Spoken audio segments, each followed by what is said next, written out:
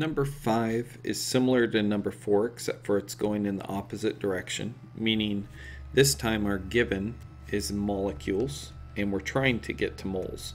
So I identify my given and write it out in the space over 1.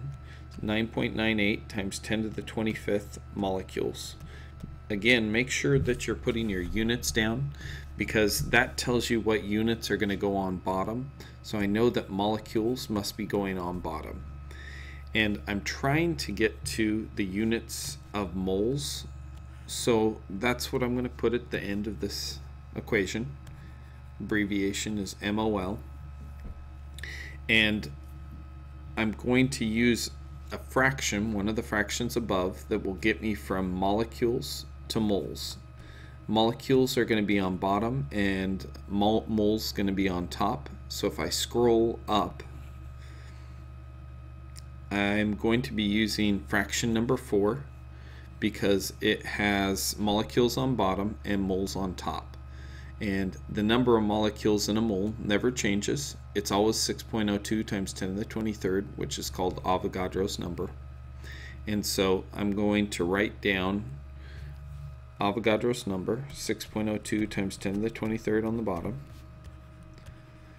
over 1 mole. When I look at my units to check, do a double check, I can see that molecules is on top and bottom, which cancels out. That leaves me the units of moles left over. So all that's left over to do mathematically is take 9.98 times 10 to the 25th and divide it by 6.02 times 10 to the 23rd.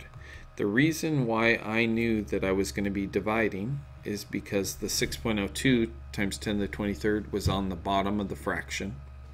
And I divide it out and I get that this is equal to about 166 moles. 166 moles can be written in scientific notation as 1.66 times 10 to the second.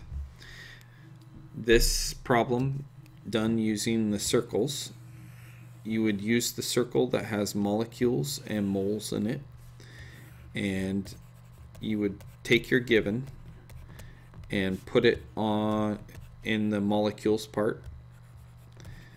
And since the given is up here, 9.98 times 10 to the 25th, and I made a mistake, so let me see if correct it. This shouldn't be molecular weight down here.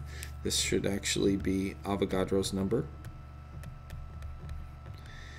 And you're going, since you have one number over the other, the 6.02 2 times 10 to the 23rd is on the bottom, and so you have a fraction, so you're going to be dividing, and it ends up being the same mathematical operation as what you did using the dimensional analysis, and you get the same answer.